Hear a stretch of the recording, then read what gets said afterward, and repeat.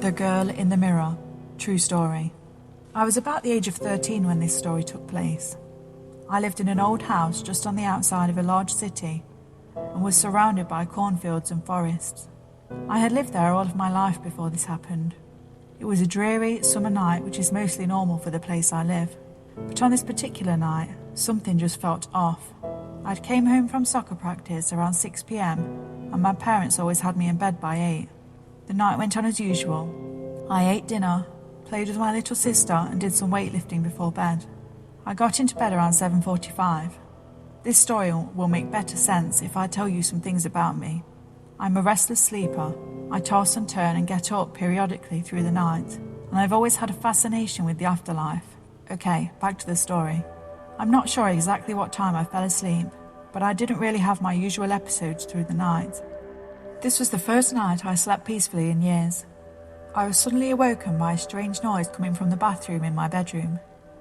Since I had to use the bathroom anyway, I decided to go check it out. I thought it might be a mouse or bat since we live in the country and the house is old and has holes in the older walls. I went into the bathroom. I didn't see anything, so I proceeded on my way to pee. After peeing, I washed my hands and face, and when I was washing my face, I looked up at the large mirror that overhangs the sink. Since there was still water in my eyes, my vision was blurry and I couldn't really see much. But I thought I saw something behind me. But then I thought it was just my mind playing tricks on me. I dried my face off and looked up at the mirror again. Right behind me there was a little girl, clutching my body, almost as if she was hiding from something. Her ghostly outline scared me at first, but as I kept looking, I could tell that whatever was scaring her was coming from the basement. So I walked to my basement door and I opened it slightly at first because I was very scared of what might be behind it. That being said, I've lived in this house my entire life and have never been in the basement. My dad mentioned to me that it had 3 separate parts, all separated by small windows that you could barely fit through. So I walked down the basement steps and got down to the bottom where the light switch was. I turned it on and all seemed like it was okay. That's until I heard what sounded like crying coming from one of the other parts of the basement.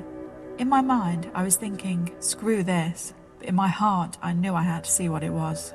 So I ventured through the part of the basement, and the light couldn't reach the other side, where the other room was, so it was pitch black. I still heard the crying, but since it was so dark, I couldn't see anything.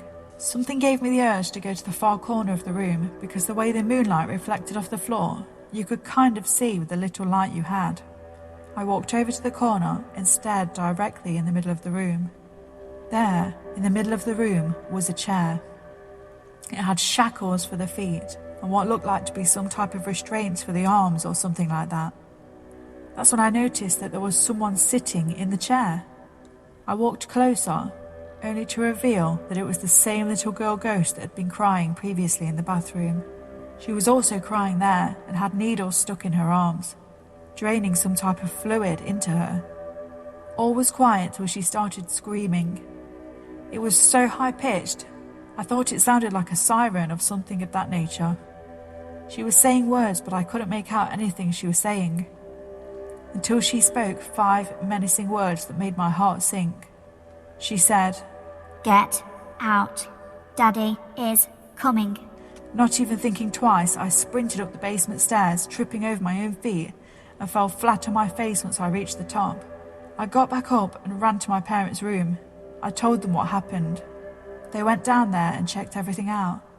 I told them about the chair and the little girl that was screaming. They told me that there was no chair in the basement and there never had been 3 parts of the basement. Me not believing them, I walked back down there, and the room that I saw the chair in was not there. "There's only ever been 2 parts of the basement," my dad said. I told him what I saw and how I knew there had to be some mistake. But I never did see that 3rd part of the basement again. I'm 18 now and I decided to do some research on the house to see if there's any history that could have caused that. I came across an article of a man who had been arrested in 1868 for doing lab experiments on all of his children. After the man was arrested, the police found all 12 skeletons of his children stuffed behind the basement stairs, under debris and concrete. Now that I've finally moved out of that house, and I finally have an answer as to what I saw that night, I'm at peace. But those 5 words still hung over me to this day. Get out. Daddy is coming. The end.